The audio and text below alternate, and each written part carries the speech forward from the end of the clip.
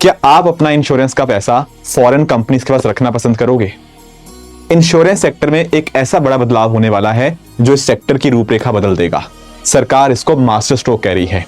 दरअसल में इस बिल का नाम है सबका बीमा सबकी रक्षा बिल। लोकसभा राज्यसभा से यह पास हो चुका है।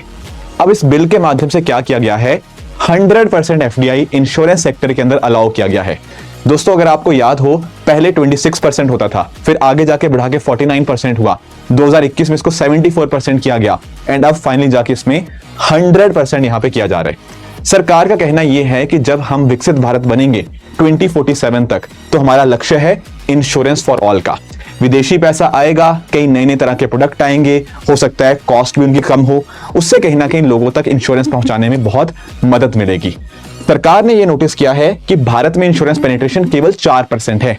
ग्लोबल एवरेज की बात करें तो ये 7% है। तो भारत में बहुत ही कम लोग इंश्योरेंस लेते हैं, तो कहीं ना कहीं विदेशी पैसा आने से यहां पर इसमें बढ़ोतरी हो पाएगी।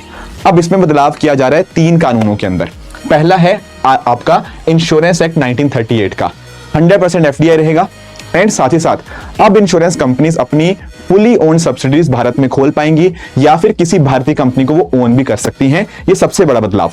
दूसरी बात ये है आपका IRDAI एक्ट के अंतर्गत हमारा जो इंश्योरेंस सेक्टर का रेगुलेटर है एडा, उसको यहां पे ज्यादा पावर दी गई है ताकि वो इस सेक्टर को अच्छे से रेगुलेट कर पाए। कंप्लायंसेस को यहां पे कम किया जा रहा है। और उसी तरह से अगर हम बात करें LIC की भी, तो LIC के भी पावर्स जो हैं वो बढ़ाई जा रही हैं ताकि LIC भी अच्छे से काम कर पाए, अपने ऑफिस को आराम से खोल पाए और सरकार का हस्तक्षेप भी यहां पे कम हो। तो सरकार की ये सब मंशा है, पर ऑपोजिशन यहाँ पे कुछ सवाल उठा रहा है। ऑपोजिशन का ये कहना है कि भाई जो इंश्योरेंस सेक्टर है वो अपने आप में स्ट्रेटेजिक सेक्टर है।